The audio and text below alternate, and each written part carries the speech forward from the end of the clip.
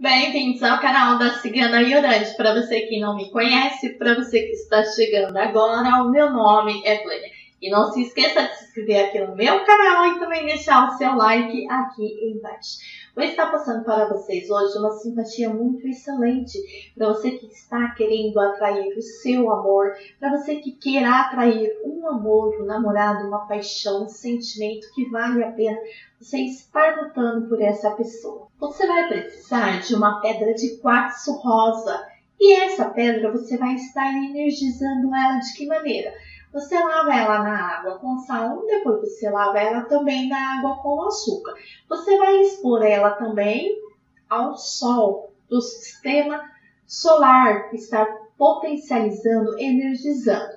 Depois você vai estar guardando essa pedra, seja na sua carteira, no bolso, na bolsa, usando como pingente. Existe anéis de quartzo também, ou você pode fazer também um tatuar, ou até mesmo chaveiro de porta de casa, de carro, assim por diante. Mas você precisa do quartzo na cor rosa, energizado e potencializado. O quartzo rosa, ele trabalha o chakra do coração.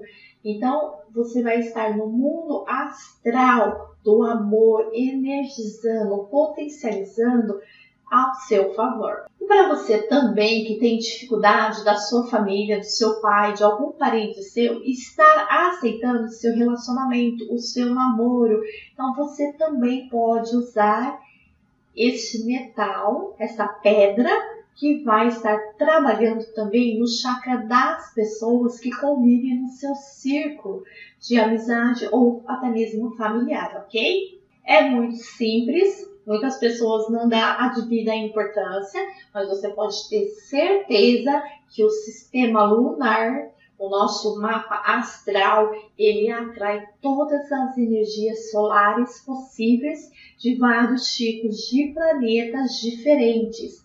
Então, vale a pena você conferir, ok? Lembrando que eu também sou a Vânia Crochê, eu tenho outro canal aqui no YouTube e, mediante essa epidemia do Covid-19, convido vocês a estar vindo crochetar comigo, também com a Cigana Iorande, ok? Vou deixar aqui na descrição deste vídeo. Se você quer me acompanhar nas redes sociais, está aqui na descrição também. Você quer mandar mensagens via WhatsApp ou e-mail. Lembrando que eu também agora estou com uma parceria com Banhos Poderosos. Vale a pena você estar conferindo.